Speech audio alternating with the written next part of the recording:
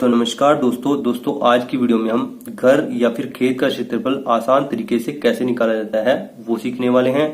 दोस्तों इस टॉपिक पर हमने पहले भी एक वीडियो बनाई हुई है जिस पर हमें आपको बहुत ज्यादा प्यार मिला है। उस वीडियो का टाइटल है खेत का क्षेत्रफल कैसे निकालें। उस वीडियो की लिंक आपको इस वीडियो के डिस्क्रिप्शन बॉक्स में मिल जाएगी, आप उस वीडियो को भी देख सकते हैं। तो चलिए आज की वीडियो को शुरू करते हैं और अपनी पहली आकृति का क्षेत्रफल निकालना सीखते हैं।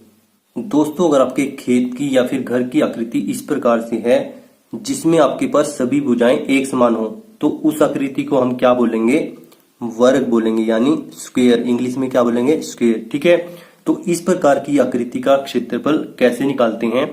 यहाँ पे क्षेत्रफल निकलेगा भुजा की भुजा के साथ गुना करके। ठीक है, इसको हम क्या बोलते हैं, इस आकृति को, जिस आकृति में सभी भुजाएं एक समान हो, वर्ग बोलते हैं। और वर्ग का क्षेत्रफल क्या होता है, वर्ग का क्षेत्रफल यह होता है भुजा गुना भुजा। तो ये जो हमारे पास घर या फिर खेत की आकृति हमने यहाँ पे ली हुई है, इसमें सभी भुजाओं की लंबाई कितनी है, 30 फुट है। तो यहां पर क्या आ जाएगा, 30 गुना में 30। ठीक है, और 30 को 30 के साथ गुना करेंगे, हमारे पास क्या आ जाएगा, 2 जीरो आ जाएंगी और 3 तिया 9। ठीक है, और यहां पर हमारे पास क्या है, यूनिट फुट है। तो जब भी हम क्षेत्रफल निकालते हैं तो इसको क्या लिखेंगे, वर्ग फुट। ठीक है, तो पहली आकृति का क्षेत्रफल क्या निकल के आया, 900 वर्ग फुट। ठीक है, चलिए अब अगली आकृति का क्षेत्रफल निकालते हैं। दोस्तों अगर हमारे घर या फिर खेत की आकृति इस प्रकार से हो जिसमें आमने सामने की भुजाएं एक समान हो, जैसे यहाँ पे 40 फुट है, ये भी 40 फुट है। ठीक है, और यहाँ पर 20 फुट है, ये भी 20 फुट है। ठीक है, यानी आमने सामने की भुजाएं क्या है, यहाँ पर बराबर हैं। और ये आपका खेत क्या है, चतुर्भुज के आकार का खेत है, खेत या फिर आपका घर। ठीक है, जिसकी आमने सामने की भुजाएं बराबर हैं। तो इस आकृति को क्या बोलते हैं, आयत बोलते हैं। ठीक है, और आयत का क्षेत्रफल क्या होता है दोस्तों, उसको यहाँ पर हम लिख देते हैं। दोस्तों आयत वाली आकृति का क्षेत्रफल क्या होता है, लंबाई गुना में चौड़ाई। और लंबाई वो भुजा होती है जो लंबी होती है, जिसकी लेंथ ज्यादा होती है। ठीक है, तो यहाँ पर लंबाई क्या होगी, 40 फुट और चौड़ाई क्या होगी, 20 फुट। तो चलिए इस आकृति के खेत या फिर घर का क्षेत्रफल निकालते हैं। तो लंबाई को लिख देंगे 40 गुना में चौड़ाई कितनी है, 20। ठीक है, दोनों को गुना कर देते हैं, 2 जीरो आ जाएंगी और 4 दूनी 8। ठीक है, और यहाँ पर हमारे पास यूनिट क्या है, यानी मात्रक क्या है, फुट है। और जब भी हम क्षेत्रफल निकालते हैं तो ये किस में हो जाता है, वर्ग फुट में। ठीक है, तो यहाँ पर हमारे पास फिर क्या निकल के आया, 800 वर्ग फुट। ठीक है, तो इस प्रकार से आप वर्ग वाली आकृति या फिर आयत वाली आकृति, इन दोनों का क्षेत्रफल बड़ी आसानी से निकाल सकते हैं। चलिए इस वीडियो के अगले पार्ट को देखते हैं। दोस्तों अगर आपके खेत या फिर घर की आकृति इस प्रकार से हो जिसमें एक भुजा इस प्रकार से टेढ़ी हो और ये दो भुजाएं क्या हो, एक दूसरे के समांतर हो, यानी पैरेलल हो, इनके बीच की दूरी क्या हो, एक समान हो, जो कि यहाँ पर कितनी है, 30 फुट है। ठीक है, यहाँ पर भी 30 फुट है और यहाँ से यहाँ तक अगर नापे हम तो भी कितनी आए, 30 फुट आए। तो इस प्रकार की आकृति को हम क्या बोलते हैं, समलंब बोलते हैं।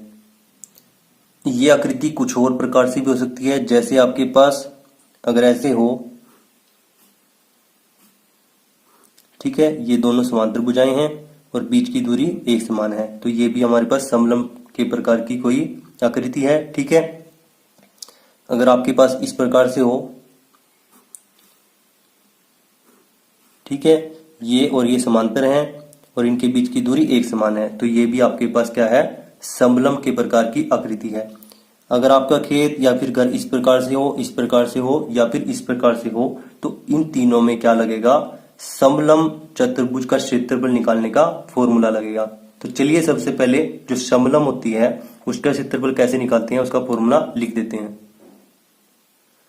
तो समलंब की आकृति का क्षेत्रफल यहाँ पर हमने लिख लिया है, वो क्या है, 1/2 समांतर भुजाओं का जोड़ गुना में ऊंचाई यानी बीच की दूरी। ठीक है, तो चलिए इसको हल कर लेते हैं। 1/2 गुना में क्या जाएगा, समांतर भुजाओं का जोड़ 30 और 40 कितना बन जाएगा, 70 गुना में ऊंचाई कितनी है, यानी इन दोनों के बीच की दूरी कितनी है, जो समांतर भुजाएं हैं वो क्या है, 30 फुट। ठीक है, तो चलिए इसको काट देते हैं।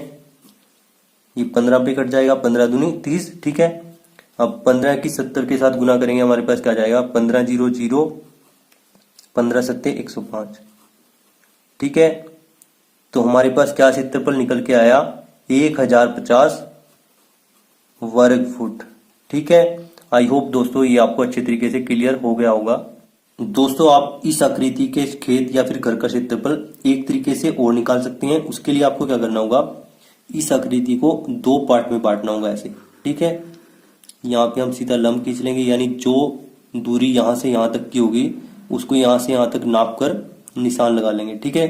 तो एक आकृति हमारे पास ये बन जाएगी और एक बन जाएगी ये, ठीक है। पहले हम इस त्रिभुज का क्षेत्रफल निकाल लेंगे और फिर इस आयत का क्षेत्रफल निकाल लेंगे, ठीक है। और दोनों को जोड़ देंगे तो हमारे पास पूरी आकृति का क्षेत्रफल आ जाएगा, ठीक है। दोस्तों दोनों तरीकों में से आप कोई भी तरीका अपना सकते हैं। आई होप दोस्तों इस वीडियो में जो भी आपको बताया गया है वो आपको अच्छे तरीके से समझ में आ गया होगा। इसी तरीके को अपनाते हुए यहाँ पर जो एक सवाल दिया गया है उसको हल करके आप कमेंट बॉक्स में उत्तर जरूर बताएं। अगर आपको हमारी ये वीडियो अच्छी लगी तो वीडियो को प्लीज लाइक करें, चैनल को सब्सक्राइब करके बेल आइकन जरूर प्रेस कर लें।